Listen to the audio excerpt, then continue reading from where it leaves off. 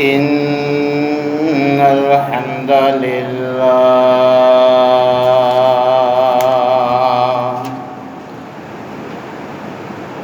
نحمده ونستعينه ونستغفره ونعوذ بالله من شرور أنفسنا ومن سيئات أعمالنا من يهده الله فلا مضل له ومن يضلل فلا هادي له وأشهد أن لا إله إلا الله وحده لا شريك له وأشهد أن محمدًا عبده ورسوله أما بعد فإن خير الحديث كتاب الله وخير الهدي هدي محمد صلى الله عليه وسلم وشر الأمور محدثاتها وكل محدثة بدعة وكل بدعة ضلالة وكل ضلالة في النار. يا أيها الذين آمنوا اتقوا الله حق تقاته ولا تموتن إلا وأنتم مسلمون. يا أيها الناس اتقوا ربكم الذي خلقكم من نفس واحدة وخلق منها زوجها وبث منهما رجالا كثيرا ونساء واتقوا الله الذي تساءلون به والأرحام إن الله كان عليكم رقيبا.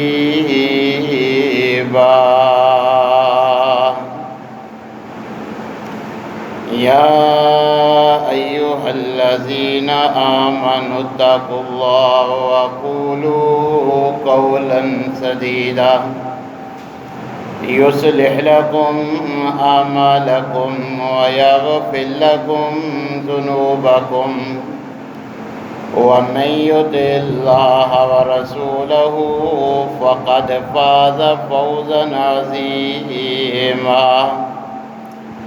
أما بعد فأعوذ بالله السميع العليم من الشيطان الرجيم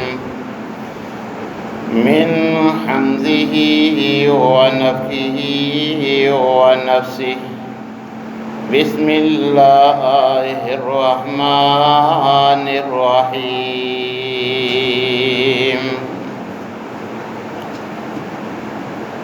رب هب لي من الصالحين.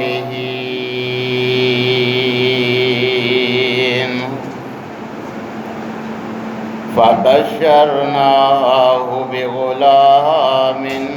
حليم. فلما بلغ معه السعي قال يا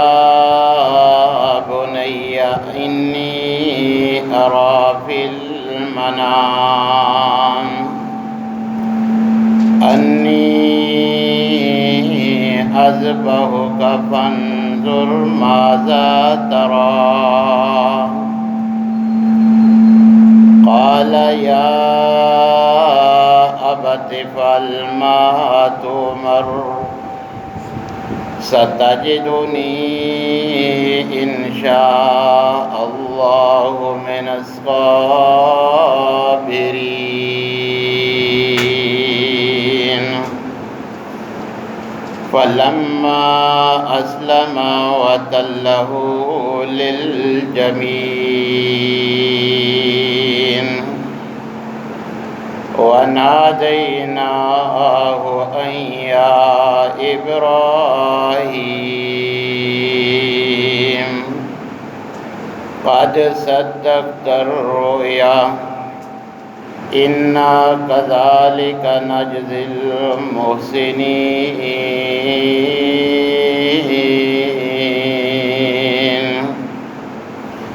إن هذا لهو البلاء المبين وفديناه بذبح عظيم وتركنا عليه في الآخرين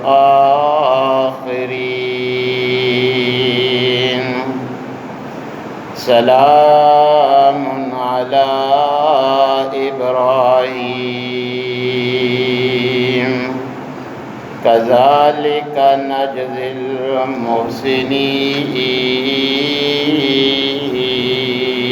المحسنين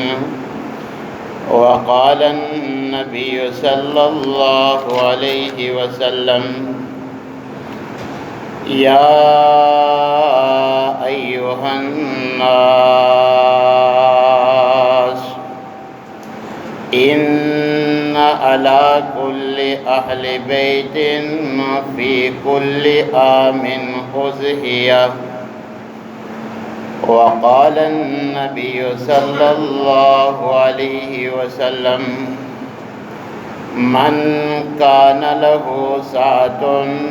ولم يضح فلا يقربن مصلانا وقال النبي صلى الله عليه وسلم سنة أبيكم إبراہیم۔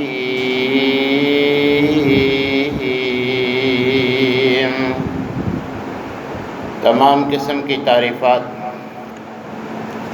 مالک العلام ذوالجلال والاکرام وحدہ لا شریک مالک کائنات اور خالق ارض و سما کے لیے لاکھوں کروڑوں درود و سلام اس ہستی اقدس و مقدس کے اوپر جن کا نام نامی اسم گرامی جناب محمد الرسول اللہ صلی اللہ علیہ وسلم ہے۔ سامعین محترم، اللہ احکم الحاکمین نے اپنے بندوں کو اپنا قرب اور اپنی رضا کے حصول کے بہت سارے مواقع فراہم کیے ہیں کہ جن سے فائدہ اٹھاتے ہوئے اللہ کا قرب حاصل کیا جا سکتا ہے اور اللہ کی رضا حاصل کی جا سکتی ہے۔ انہی میں سے ایک عید الاضحیٰ کے موقع پر جانور کی قربانی ہے کہ اللہ احکم الحاکمین کو حضرت ابراہیم علیہ السلام کا بڑھاپے میں ملنے والے اپنے لخت جگر کو اللہ کی رضا کے لیے قربان کرنا اس قدر پسند آیا کہ اللہ احکم الحاکمین نے قیامت تک اس کو باقی رکھا۔ یہی وجہ ہے کہ جب قربانی کے بارے میں نبی کریم علیہ السلام سے پوچھا گیا تو آپ نے یہی فرمایا کہ سنت ابیکم ابراہیم، یہ حضرت ابراہیم علیہ السلام کی سنت ہے جس کو اللہ جل شانہ نے مشروع قرار دیا ہے۔ اللہ احکم الحاکمین قرآن کریم میں فرماتے ہیں وَلِكُلِّ أُمَّةٍ جَعَلْنَا مَنسَكًا لِيَذْكُرُوا اسْمَ اللَّهِ عَلَى مَا رَزَقَهُم مِّن بَهِيمَةِ الْأَنْعَامِ۔ اللہ جل شانہ فرماتے ہیں کہ ہم نے ہر امت کے لیے جانور قربان کر کے اللہ کا قرب اور اللہ کی رضا کا حصول یہ مشروع قرار دیا ہے، اور یہ عمل جسے ہمارے لیے سنت ابراہیم اور سنت نبوی بنایا، یہ کسی نہ کسی انداز میں پہلی شریعتوں میں بھی موجود تھی، حتیٰ کہ یہود بھی قرب حاصل کرنے کے لیے جانور قربان کیا کرتے تھے۔ اسی طرح قرآن کریم نے بھی حضرت آدم علیہ السلام کے بیٹوں کا یہ عمل کہ قرب اور رضا کے حصول کے لیے انہوں نے بھی اللہ کے حضور قربانیاں پیش کی، یہ ذکر فرمایا ہے۔ اور اسی طرح حضرت موسیٰ علیہ السلام اور حضرت یعقوب علیہ السلام کے بارے میں بھی بائبل میں یہ عمل کہ اللہ کی رضا کے لیے جانور قربان کرنا یہ موجود ہے۔ تو نبی کریم علیہ السلام نے اپنی امت سے مخاطب ہو کے فرمایا کہ یا ایھا الناس، کہ لوگو، ان علی کل اہل بیت فی کل عام اضحیہ، کہ ہر سال عید الاضحیٰ کے موقع پر ہر گھر کی طرف سے ایک جانور قربان کرنا یہ مشروع ہے، اور اس کی اہمیت اور افادیت کے پیش نظر نبی کریم علیہ السلام نے فرمایا من کان لہ ساعۃ فلم یضحِ فلا یقربن مصلانا، کہ جو طاقت اور قدرت رکھ سکتا ہے کہ اس کے پاس اتنی اللہ نے وسعت دی ہے کہ وہ جانور قربان کر سکتا ہے، چھوٹا جانور یا ایک حصہ خریدنے کی جس کی سکت ہے، طاقت ہے، اپنے اخراجات کے علاوہ وہ یہ کام کر سکتا ہے، مگر پھر بھی وہ چونکہ چنانچہ اگرچہ مگرچہ کا سہارا لیتے ہوئے وہ جانور قربان نہیں کرتا یا قربانی میں حصہ نہیں لیتا، تو نبی کریم علیہ السلام نے فرمایا جو کر سکتا ہے نہ کرے، وہ عید پڑھنے کے لیے ہماری عیدگاہ میں بھی نہ آئے۔ جو اللہ کو راضی کرنے کے لیے چند ہزار خرچ نہیں کرتا، وہ اللہ سے مانگنے کے آتا ہے، وہ کس منہ سے اللہ کی عبادت کے لیے آئے گا؟ لہذا جس کو اللہ نے مال و دولت سے نوازا ہے وہ جانور قربان کر سکتا ہے، حصہ خرید سکتا ہے، اللہ کی رضا کے لیے یہ عمل کر سکتا ہے، اسے ضرور کرنا چاہیے۔ اور اللہ احکم الحاکمین ہمارے جو خود اللہ کا دیا ہوا مال ہے اس میں سے خرچ کرنے سے ہم سے راضی ہو جائے تو یہ سودا مہنگا نہیں ہے، دنیاوی اعتبار سے دیکھیں تو یہ کام مشکل ہے، مگر اللہ احکم الحاکمین اگر راضی ہو جائے تو اللہ نے ہم سے وعدہ کیا ہے کہ یہ تمہارا خرچ کرنا میں دنیا ہی میں بڑھا چڑھا کے دوں گا۔ 70 سے لے کر 100 تک خود اللہ جل شانہ نے قرآن میں ذکر فرمایا ہے کہ جیسے ایک گندم کا دانہ بوتے ہو اس سے سینکڑوں دانے والیاں نکلتی ہیں، سٹے لگتے ہیں، ایک دانے سے کئی کئی دانے۔ اللہ احکم الحاکمین فرماتے ہیں میرا دیا ہوا مال ہے، مگر میرے کہنے پر میری رضا کے لیے خرچ کرو گے تو میرا تم سے وعدہ ہے دنیا ہی میں بڑھا چڑھا کے دوں گا، آخرت میں جو اجر ہے وہ تو ہے۔ اور جب ہم اس کے پس منظر کو دیکھتے ہیں، یہ تو اللہ کا ہم پہ احسان ہے کہ اللہ نے صرف جانور مشروع قرار دیا ہے، اس میں بھی وسعت دی ہے کہ بڑے جانور میں گائے میں اللہ تبارک و تعالیٰ نے رحمت کا معاملہ اپناتے ہوئے ایک گائے 7 گھرانوں کی طرف سے اور ایک اونٹ 7 یا 10 گھرانوں کی طرف سے جو ہے وہ ذبح ہو سکتا ہے، کہ 10 گھرانے مل کر ایک اونٹ ذبح کر دیں، 7 گھر مل کر ایک گائے ذبح کر دیں، تو اللہ احکم الحاکمین الگ قربانی جتنا ان کو اجر ثواب عطا فرماتے ہیں۔ تو اس لیے میرے بھائیوں، اگرچہ آج ہم میں سے ہر کوئی معیشت کا رونا روتا ہے، مگر یاد رکھیے یہ جو غیر شرعی باتیں آپ کو سوشل میڈیا پہ سننے کو ملتی ہیں کہ قربانی اس پہ واجب اور فرض ہے جو صاحب نصاب ہے، یہ بات اپنی طرف سے بنائی ہوئی ہے، اس کا شریعت سے کوئی تعلق نہیں۔ نبی کریم علیہ الصلوۃ والسلام ساری زندگی کبھی اتنے مالدار نہیں ہوئے کہ آپ پہ زکوٰۃ فرض ہوتی، مگر آپ کا طرز عمل کیا تھا کہ حضرت عبداللہ بن عمر رضی اللہ تعالیٰ عنہ سے پوچھا گیا کہ یہ قربانی، یہ جانور قربان کرنا، یہ عمل فرض ہے یا سنت؟ وہ جواب دیتے ہیں ظہر رسول اللہ صلی اللہ علیہ وسلم والمسلمون، کہ قربانی کے متعلق پوچھتا ہے تو سن لے، نبی کریم علیہ الصلوۃ والسلام بھی قربانی کیا کرتے تھے اور ہم مسلمان بھی قربانی کیا کرتے تھے۔ 3 مرتبہ سوال کیا، 3 مرتبہ یہی جواب دیا کہ جو کام پیغمبر نے کیا ہے، جو پیغمبر کی موجودگی میں ہم صحابہ نے کیا ہے، اب اس کی مشروعیت میں، اس کے مشروع ہونے میں، اس کی اہمیت اور فضیلت میں کوئی کسر باقی رہ سکتی ہے؟ نبی کریم علیہ الصلوۃ والسلام کی معاشی حالت یہ ہے کہ گندم کی مسلسل 3 دن روٹی کھانا میسر نہیں۔ آپ کے گھر کی معاشی حالت کا عالم یہ ہے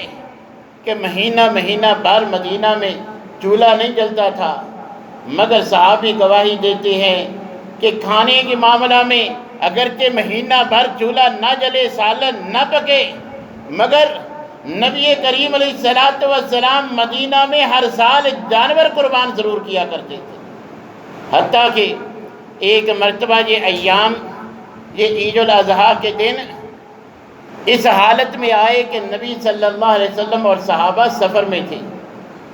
اب مسافر کے پاس زیادہ راہ مخصوص ہوتا ہے، محدود وسائل ہوتے ہیں، مگر سفر کے دوران بھی یہ عید کے ایام آئے، نبی کریم علیہ الصلوۃ والسلام نے بھی قربانی کی اور صحابہ نے بھی قربانیاں کی۔ حج کے موقع پر اکیلے نبی کریم علیہ الصلوۃ والسلام نے اپنی طرف سے 100 قربانیاں اللہ کی رضا کے لیے، اللہ کے قرب کے لیے پیش کی ہیں، اور اتنی کثرت سے جانور مدینہ میں نہ ملے تو آپ نے یمن سے منگوائے۔ اور اس کام کو جسے ہم صرف تفریح کا یا دل لگی کا یا کھانے پکانے کا ایک دن سمجھتے ہیں، نبی کریم علیہ الصلوۃ والسلام کی نظر میں جانور قربان کرنے کی اس قدر اہمیت تھی کہ 100 میں سے 63 نبی صلی اللہ علیہ وسلم نے اپنے ہاتھ سے نہر کیے، یعنی 5-7 گھنٹے عید جیسے مصروف دن جس عمل کے لیے نبی کریم علیہ الصلوۃ والسلام نے صرف کیے ہوں وہ عمل معمولی نہیں۔ حالانکہ نبی صلی اللہ علیہ وسلم ایک لمحہ بھی ضائع نہیں کرتے تھے تبلیغ میں سے، کہ ایک لمحہ بھی آپ کو میسر آتا، نبی صلی اللہ علیہ وسلم اسے بھی تبلیغ میں صرف کرتے تھے کہ اللہ کا پیغام لوگوں تک پہنچاؤں، مگر قربانی کے عمل کے لیے آپ نے گھنٹوں اس کام کے لیے نکالے۔ اس سے قربانی کی اہمیت معلوم ہوتی ہے۔ نبی کریم علیہ الصلوۃ والسلام خود بھی قربانی کرتے، صحابہ کرام بھی قربانیاں کیا کرتے، اور نبی کریم علیہ الصلوۃ والسلام کا فرمان ہم تک بھی یہی پہنچا ہے کہ ہر گھرانے کی طرف سے ہر سال ایک جانور قربان کرنا اللہ نے مشروع قرار دیا ہے۔ اب دیکھیں نبی کریم علیہ الصلوۃ والسلام معاشی تنگی کے باوجود ہر سال قربانی کرتے ہیں۔ ہم اپنے اوپر اللہ کے احسانات دیکھیں، اللہ کے انعام و اکرام دیکھیں، صحابہ کے حالات دیکھیں کہ جن کے پاس پہننے کے لیے لباس تک نہیں، وقت کا امیر المومنین بھی تھا تو ایک ہی لباس وہی دھو کر وہی پہن کر جمعہ کے لیے آتے ہوئے لیٹ ہو جاتے ہیں۔ صحابہ دریافت کرتے ہیں کہ امیر المومنین، وہ صحابہ جو ہر سال قربانی کرتے تھے، ان کی حالت یہ تھی کہ خیر تھی کہ آج آپ خطبہ جمعہ دینے کے لیے لیٹ نکلے ہیں، کوئی پریشانی، کوئی دکھ، کوئی تکلیف تو نہیں تھی؟ فرمایا نہیں، بتانا تو نہیں چاہتا تھا، مگر اب تم نے پوچھ لیا ہے تو میں بتلا دیتا ہوں، وقت کے امیر المومنین جناب عمر فاروق کے پاس صرف ایک ہی جوڑا ہے، یہی چادریں ہیں جن کو دھو کر خشک کر کے دوبارہ پہن کے آنے کے لیے وقت درکار تھا، تو انہی کو دوبارہ دھو کے پہن کے آنا تھا، کوئی دوسرا لباس میسر نہیں تھا۔ سوکھتے ہوئے ان کو دیر لگی، اس لیے میں خطبہ جمعہ دینے کے لیے لیٹ آیا ہوں۔ یہ صحابہ کی حالت ہے کہ کفن دینے کے لیے کپڑا نہیں، نبی کریم علیہ السلام حکم دیتے ہیں کہ اگر کفن کے لیے کپڑا کم ہے تو چہرے کی طرف کپڑا دے دو، پاؤں کی طرف جو ہے وہ گھاس ڈال دو۔ یہ صحابہ کی حالت ہے۔ خود نبی کے گھرانے کی حالت آپ کے مہینہ بھر سالن نہیں پکتا تھا، مگر ہر سال پیغمبر بھی قربانی کرتے تھے، صحابہ بھی قربانی کیا کرتے تھے۔ تو اس لیے ہمیں اس عمل کو معمولی نہیں سمجھنا چاہیے، اور جس حضرت ابراہیم علیہ السلام کی اس سنت کو اللہ نے قیامت تک مشروع قرار دیا ہے، ذرا اس پس منظر کو تو دیکھیے کہ 90 سال کے قریب عمر ہے، بڑھاپے میں مانگ مانگ کے اللہ سے بیٹا لیا۔ اب بیٹا جب 12-14 سال کی عمر میں، جوانی کی عمر میں پہنچتا ہے تو اللہ آزماتے ہیں۔ 3 دن مسلسل خواب میں اس کو ذبح کرتے ہوئے دکھلاتے ہیں، سمجھ گئے کہ اللہ کی جانب سے یہ آزمائش ہے۔ بیٹے سے مشورہ کرتے ہیں، بیٹا کا جواب اللہ نے قرآن بنا دیا تاکہ بچوں کو پتہ چلے ماں باپ کے ساتھ کیسے ادب کے ساتھ پیش آنا ہے، ماں باپ کا جو حکم کتاب و سنت کے تحت ہو، یہ کتاب و سنت کی روشنی میں جائز ہو، اس کو کیسے ماننا ہے۔ فرمایا یا ابت افعل ما تؤمر، کہ ابا جان جیسے اللہ نے آپ کو حکم دیا ہے آپ کر گزریے، انشاءاللہ اگر میرے اللہ نے چاہا تو آپ مجھے انتہائی صبر کرنے والا پائیں گے۔ تو حضرت ابراہیم علیہ السلام تو اللہ کی رضا کے لیے بڑھاپے میں اپنا لخت جگر قربان کرنے سے دریغ نہیں کرتے۔ آج ہم چند ہزار کے لیے سوچتے ہیں کہ یہ کام بھی کرنا ہے، یہ بھی بقایا ہے، یہ کروں گا تو یہ نہیں ہوگا۔ نہیں میرے بھائیوں، یہ شیطانی بہکاوا ہے۔ حتیٰ کہ شرعی لحاظ سے اگر صاحب حیثیت ہے، مگر حالات کچھ ایسے ہیں کہ ان دنوں میں اس کے پاس معاشی حالت بہتر نہیں ہے، مگر وہ کسی سے ادھار لے کر یہ عمل کر سکتا ہے، تو شرعی لحاظ سے یہ بھی جائز ہے۔ یعنی آپ کی جیسے اس سال جو ہے وہ 20-21 کو عید بنتی ہے، اور یہ ملازم پیشہ جو افراد ہوتے ہیں ان کو یکم کے بعد جو ہے وہ پے ملنی ہوتی ہے، تو اب یہ جو 20 دن گزارا بھی کر لیں گے وہ صورتحال نہیں رہتی۔ اگر کوئی ایسی حالت ہو مگر اللہ کو راضی کرنے کے لیے کسی بھائی سے ادھار رقم لے کر آپ یہ کام کر دیں، جب رقم میسر ہو اس کو لوٹا دیں، تو شرعی لحاظ سے ادھار لے کر بھی جانور قربان کرنا جائز ہے۔ اب اللہ احکم الحاکمین نے اتنی آسانیاں دی ہیں کہ ایک گائے میں 7 گھرانے شریک ہو سکتے ہیں، اور پورے گھر کی طرف سے صرف ایک ہی جانور اللہ نے، ایک ہی قربانی، ایک ہی حصہ کافی رکھا ہے۔ تو لہٰذا ہمیں اس میں سستی نہیں کرنی چاہیے۔ یہ میڈیا پہ بیٹھے ہوئے دانشور طرح طرح کے شکوک و شبہات پیدا کرتے ہیں کہ اتنے جانور جو ہے وہ ضائع ہو جاتے ہیں، اتنی جو ہے وہ اربوں خربوں کی رقم ضائع ہو جاتی ہے۔ اگر یہی فلاحی کاموں پہ خرچ ہو، اگر یہی جو ہے وہ غریب بچیوں کی شادیوں پہ صرف ہو تو کتنا فائدہ ہو جائے۔ تو میرے بھائیوں، نبی کریم علیہ السلام کے زمانے میں بھی صحابہ کی معاشی حالت آپ نے سن لی ہے۔ صحابہ کے پاس بھی شادیاں کرنے کے لیے پیسہ نہیں تھا۔ آپ معروف حدیث کئی بار سنا ہے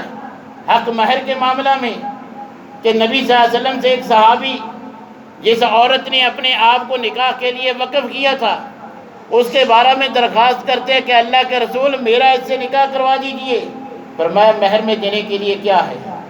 کہا کچھ نہیں۔ فرمایا تلاش کرو، گھر جاؤ، لوہے کی ایک انگوٹھی ہی ملتی ہے وہی لے آؤ، میں اسی حق مہر پہ ایک لوہے کی انگوٹھی، یہ 5-10 روپے، آج کے دور میں بھی یہ 10-20 روپے کی ملتی ہے، مگر صحابی معاشی حالت کا عالم یہ ہے کہ گھر میں یہ بھی نہیں ملتی۔ فرمایا اللہ کے رسول یہ ایک کپڑا ہی ہے، اگر آپ پسند فرمائیں تو میں اس چادر کے 2 حصے کر کے ایک حق مہر میں دے دیتا ہوں، ایک اپنے استعمال میں کر لیتا ہوں۔ تو نبی صلی اللہ علیہ وسلم نے فرمایا اس سے تو تمہارا گزارا نہیں ہوگا۔ اب ایسی حالت ہے صحابہ کی نبی صلی اللہ علیہ وسلم چند جو صورتیں یاد تھیں انہی کو حق مہر بنا کر صحابی کا نکاح کر دیتے ہیں۔ اب ایسے صحابہ کی معاشی حالات تھے، کسی بار آپ نے نہیں کہا کہ صحابہ اس بار ہم قربانیاں نہیں کریں گے، جو شادی کے قابل ہیں مرد و عورت ہم ان کی شادیوں پہ یہ رقم خرچ کریں گے۔ اس وقت بہت سے اصلاحی کام ہو سکتے تھے، نئی نئی جو ہے وہ ریاست قائم ہوئی تھی، یہ سارے فلاحی کاموں کی ضرورت تھی، مگر نبی کریم علیہ السلام نے خود بھی جانور قربان کیا اور صحابہ بھی یہی کرتے تھے۔ لہٰذا صدقہ خیرات وہ بھی اللہ کی رضا کا ذریعہ ہے، وہ آپ ویسے اپنے مال و دولت سے جو ہے وہ کرتے رہا کریں، مگر اس عید الاضحیٰ کے موقع پر نبی کریم علیہ السلام کی سنت یہی ہے کہ آپ جانور قربان کرتے تھے،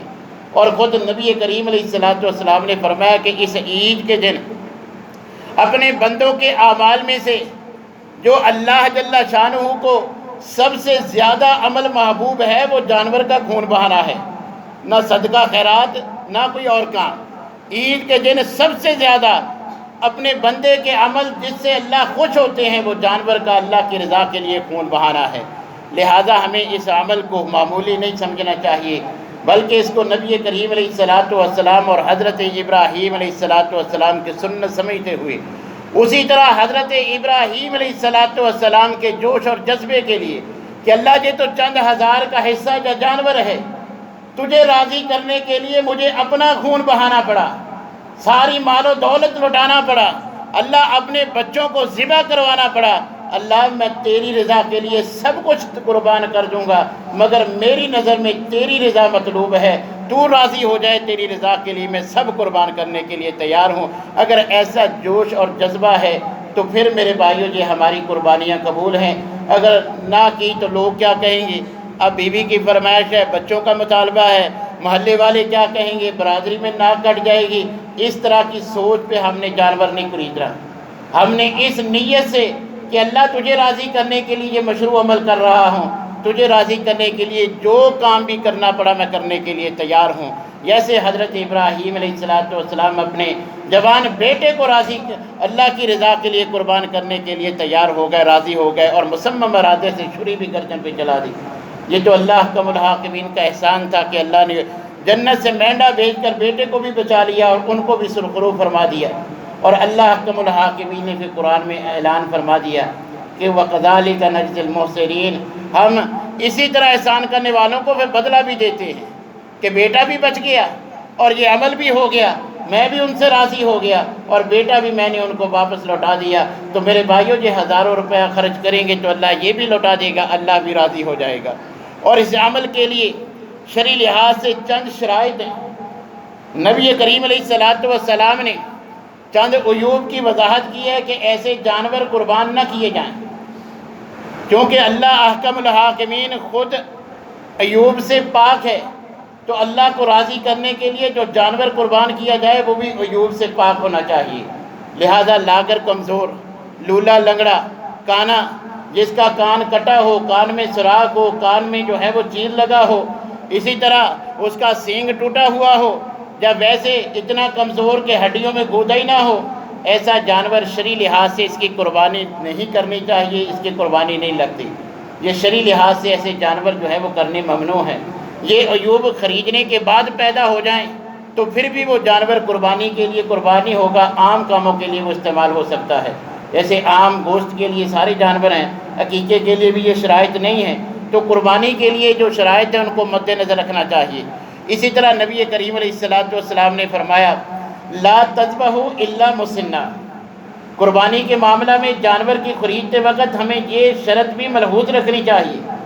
نبی کریم علیہ السلام حکم فرما رہے ہیں لا تذبحوا الا مسنہ، نہ تم ذبح کرو مگر دوندہ، دو دانت جس کے گرے ہوئے ہوں دوندہ جانور، الا ان یسر علیکم فتذبحوا جزاۃ من الزان، ہاں اگر دوندہ جانور مل نہیں رہا، مارکیٹ میں میسر نہیں ہے، یا ملتا ہے مگر وہ آپ کی خرید سے باہر ہے، خریدنے کی طاقت نہیں ہے، یہ صورتیں ہمارے معاشرے میں نہیں بنتی، تو تب بھی نبی کریم علیہ السلام نے صرف ایک جنس خاص کی ہے کہ اگر دوندہ ملتا نہیں یا تم خرید نہیں سکتے، مہنگا ہے، تمہارے پاس پیسے کم ہیں، وہ ریٹ زیادہ ہے، تو نبی صلی اللہ علیہ وسلم نے فرمایا پھر بھیڑ کی نسل سے کھیرا 1 سال کا تم جزا کر سکتے ہو۔ اگر یہ عذر ہے تو پھر بھی صرف بھیڑ کا، مگر اس کے علاوہ اگر خرید میں ہے دوندا جانور تو دوندا جانور ہونا چاہیے، کم از کم دوندا کے بعد والے جانوروں کو بلولا جائز ہیں، کیونکہ پہلے دوندا ہوتا ہے اس کے بعد تیگا چوگا چھیگا ہوتا ہے، تو کم از کم جانور دوندا ہونا چاہیے یا دوندے سے اوپر ہونا چاہیے، وہ جانور ہمیں جو ہے وہ خریدنا چاہیے۔ اور اسی طرح اللہ تبارک و تعالیٰ نے قرآن میں قربانی کے ذکر میں بہیمۃ الانعام کا ذکر فرمایا، خود قرآن نے اس کی وضاحت فرما دی کہ یہ ثمانیت ازواج، یہ 4 جوڑے یعنی 8 جانور ہیں، گائے کی نسل ہے، بکری کی نسل ہے، بھیڑ کی نسل ہے، اونٹ کی نسل ہے، یہ چاروں کے نر اور مادہ اس جنس کے جو ہے وہ جانور اللہ کے راستے میں قربان کرنے چاہیے۔ تو یہ ہمارے معاشرے میں یہ بھینس اور گائے کا ہر سال جو ہے وہ مسئلہ جنم لیتا ہے۔ یاد رکھیے یہ مسئلہ اس کا نہیں ہے کہ بھینس کی قربانی ہو سکتی ہے یا نہیں، اصل مسئلہ یہ ہے کہ گائے اور بھینس میں فرق ہے یا نہیں۔ جو علماء کہتے ہیں کہ گائے اور بھینس میں فرق نہیں، جنس ایک ہی ہے، یہ گائے کی نسل ہے، بھینس الگ نسل نہیں ہے، الگ جنس نہیں ہے، وہ کہتے ہیں جیسے گائے کی قربانی ہو سکتی ہے بھینس کی بھی ہو سکتی ہے۔ مگر جو کہتے ہیں کہ نہیں بھائی ان دونوں کی الگ الگ اجناس ہیں، جیسے عربی میں گائے کے لیے بکر کا لفظ ہے جس پہ اللہ نے سورہ بقرہ کا نام رکھا ہے، اور بھینس کے لیے جاموس کا لفظ ہے، تو ان کی عادات بھی مختلف ہیں، ان میں واضح فرق موجود ہے۔ گائے اور بھینس ایک نہیں، ان کے نزدیک صرف گائے کی قربانی ہو سکتی ہے۔ اور یہ لاکھوں روپے آپ ہزاروں روپے خرچ کریں گی، جس معاملہ میں شک شبہ پڑ جائے کہ قربانی لگتی ہے، کوئی کہے لگتی ہے، کوئی کہتے نہیں لگتی، تو نبی کریم علیہ السلام نے کیا فرمایا کہ جس نے شک شبے والی چیز سے اجتناب کیا اس نے اپنے ایمان کا دفاع کر لیا، اپنے آپ کو بچا لیا۔ لہٰذا ہم نے ہزاروں روپے خرچ کر کے کٹا جو لینا ہے، پھر کوئی کہے گا قربانی ہوئی، کوئی کہے گا نہیں ہوئی، تو اتنے کی آپ جو ہے وہ گائے خرید لیں۔ تو یہ شک شبے والی چیز میں آپ پڑھتے کیوں ہیں؟ ہزاروں روپے خرچ بھی کریں پھر بھی مشکوک، تو مشکوک کام شرعی لحاظ سے نہیں اختیار کرنا چاہیے۔ جو مسلمہ قانون ہے، جیسے اللہ تبارک و تعالیٰ نے نص سے جو 8 قسم کے نر اور مادہ جانور ثابت ہیں انہی کا انتخاب کیجئے، کوئی شکوک و شبہات پیدا نہ کیجئے۔ اللہ تبارک و تعالیٰ ہمیں ہر معاملہ میں کتاب و سنت کی اتباع کرنے کی توفیق عنایت فرمائے۔ وآخر دعوانا الحمدللہ۔